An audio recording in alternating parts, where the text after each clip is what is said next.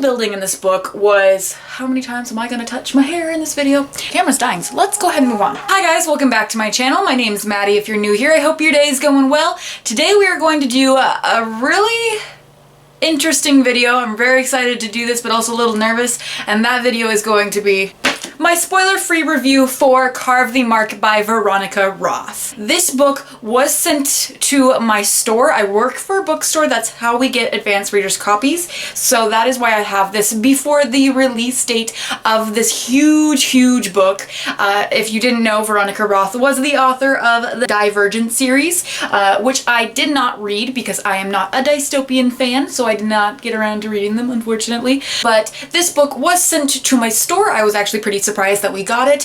One big thing I want to note that a lot of big YouTubers have been reviewing this book and that their video was paid for by the publisher. I have not received any money at all for this review whatsoever. There is no transaction here, but other than the fact that I got a free book and was able to read this before it hit the shelves. So just so you know, this is obviously all my own opinions, and there also was no sponsorship included in this video. Moving on. Alright guys, I want to let you guys know how I feel about this book because I did read it as of like a week or so ago, and I just have some thoughts that I want to dive into about this book. So let's go ahead and just dive right in because this video is probably gonna be pretty long and my camera is already dying. So let's go ahead and get started. I do want to come right out and say that I gave this book about 2 stars, maybe a star and a half on a really bad day, but I will go ahead and dive into the things that really bother me about this book, but I will end the video with things that I did find positive so that we can, you know, end on a positive note. So a big thing about this book is that there was no like pronunciation guide in it, so I don't know how to pronounce most of the words or like names of things in this book, so I'll just put up on the screen the word because I have no idea how to pronounce any of this. Yeah, let's go ahead and stick with that for now. Carve the Mark by Veronica Roth is about a planet that is divided between 2 people. The original people, that word that I cannot pronounce to save my life, and the Shotet people that have come in within the last like 200 some years. We don't really get a clear picture on that at all. Our 2 main characters in this novel are from separate sides of this planet, but they meet and their fates literally are intertwined in the coming novel. There's very little science fiction in this book despite the fact that it is set in space. There are oracles that can predict the future, there are special powers that everyone gets when they reach a certain age, and there's also this sort of current that kind of runs through everything and controls everybody, and that's basically what gives people their powers. One of our main characters' name is Syra, and she is the, so to speak, princess of the Shotet people. Her current gift has been weaponized by her father and then later her brother for her basically entire life. Our other main character's name is Akos, and he is from the... He was kidnapped by the Shotet people along with his brother when he was very young, and they have lived with the Shotet people for an extended period of time, living out their, so to speak, fates. The story follows Akos and Syra's struggles against the Shotet regime, and it's a bloody, violent mess that takes you on some serious wild rides. Speaking of mess, this book was a hot mess. There are dual perspectives in this book. We swap between Akos and Syra. Syra is written in first person and Akos is written in third, and I didn't really realize that until like halfway through the book, and it kind of just took me out of the story. I don't know if there's some big reveal that we're gonna get in the next book as to why that happened, but it actually made it really hard to understand what was happening to Akos in the times that we were reading from Syra's perspective. It was really, I don't know, it was very strange to me, and it didn't really work very well for me, unfortunately. There's a lot of things that happened like off screen in this book, and I really wish that they had happened while one of these 2 characters were present, because I think that it would have made the book a little bit more detailed and a little bit more plot driven rather than character driven. The world building in this book was what really broke this for me. This world is very complex and not really delved into, not explained until basically the middle of the book, and it's just very frustrating to me because this seems like a really cool idea, but then we really don't get to know anything. You kind of have to just pick things up as you go. And if people don't like world building, you might like this book, but to me, it was kind of just lackluster, and I really wasn't understanding what was happening most of the time. Another thing about the writing of this book is that it was repetitive.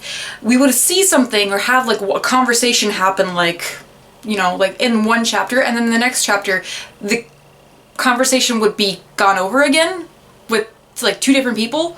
It was just very strange, and it was repetitive, but things that were already explained, and then wouldn't explain other things in any detail. Very frustrating to me. And there's a couple things that I want to address about this book, rumor-wise and also just for my personal frustration-wise. There's a huge rumor going around that this book has some problematic issues concerning diversity and race, and I just want to delve into that right now because the Shotet people do have a darker skin color than that word that I can't pronounce. This negative connotation towards people with darker skin tones is very prevalent. I honestly have to agree with that. I went into this book and the almost first thing that you get kind of bombarded with is that the Shotet people are violent and overly aggressive and just awful, horrible people, and it's constant through the entire book. There's not one redeeming quality about the Shotet people that we really ever see. Like, we never really delve into the way they live on this planet. Like, we get a little bit more about the people that have lived on this planet for a while, the lighter skinned people, but we don't really get an explanation why the Shotet people are known to be violent or aggressive. It's just really just lazy writing to me. A really big thing I want to point out that really bothered me of the Shotet people being darker skinned and then also violent was that the Shotet people for a very long time lived on spaceships and they just decided to just settle on this planet. I don't really understand how a group of people who have lived on spaceships for years could have darker skin color. Like, I don't really know why melanin has anything to do with cultures at this point, because if you live on spaceships, you are not getting any melanin. You don't. And we also don't find out if like the other side of this planet is like tropical or anything like that. So I don't really understand why the difference between the Shotet people and the people have to be that their skin colors are different. I just felt that that was just so lazy and just frustrating, and it bothered me through the entire book. So if you are at all worried about problematic issues with this book, I would just say right here, just that's a thing. That's a thing this book does, and it's there, and it made me very uncomfortable. Another thing I don't really like about this book was the relationship between Syra and Akos. It started really promising. A really big thing that I did love was that it had a slow burn romance, but Syra comes to this point in this book where she recognizes that she's violent and she's angry, and Akos legit changes her. I really dislike that. I really don't like a trope or idea or concept where if you are good enough for this person or if you help this person, they will change their ways or change their nature, especially a violent person. And the big thing that I think about Syra is that she's not violent. She has a gift that hurts people, but it's not something that she wants to do. And she has some secrets that she feels like she's a horrible person, and Akos changes her. And I really didn't like that. I really hated that, and it really ruined the whole romance part of this book for me. And I just felt like it just was so weak writing wise. Very much frustrated me to the point where I almost gave up when I read that part. I couldn't deal with it. I don't like the fact that we're telling young people that if you try hard enough, you can change a violent person. That's no. Just no. Another big thing that I have noticed a lot of people saying about this book that have already read it is that there were not a lot of fleshed out side characters, and yeah, there really wasn't. Akos wasn't even really all that fleshed out. The only character in this book that really got any time on screen and on page was Syra, and I think that I wouldn't have minded if this book had a plot that was very strict, but it was actually a character-driven plot, and the only character that was fleshed out enough to drive the plotline was Syra. It removed me from the storyline, and I feel like if we had spent a little bit more time focusing on side characters more than they're just a bad guy or they're just a good guy, it would have been more interesting to me and we would have had a more interesting plot line. As I said, I will end on just a quick, like, these are the things that I did like about this book. As I mentioned, I did really like Akos and Saira's slow burn romance in the beginning. There were some beautiful scenes between them. It was really promising. It was really heartfelt. There were some problematic issues with it that kind of ruined it for me, but at the same time I did really love those scenes, so I did stick around and read the entire book because of that. And I also like some of the political battles that Saira has to play against her brother and the other people of the court. I thought that was really interesting. There were some aspects of the world that I really liked, and I do think that if you like any sort of vaguely sci-fi-esque space traditions, this is something that I would definitely dive into because it definitely has more of a fairy tale mystical element than sci-fi.